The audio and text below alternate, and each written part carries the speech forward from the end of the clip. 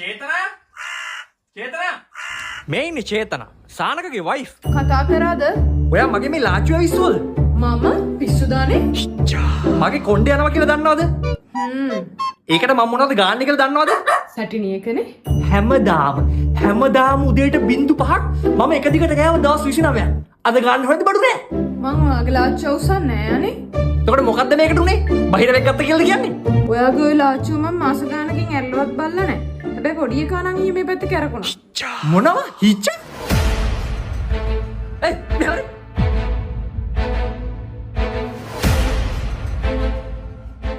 පියතුමනි ඊයේ මගේ ලාච්චුව විශ්වද? පුරුතල් කියලා තියෙනව නේද මගේ බඩු අදින්න එපා කියලා? මේ ලාච්චුවේ තිබිලා මොනවා හරි ගත්තද? මොනවා හරි ගත්තද?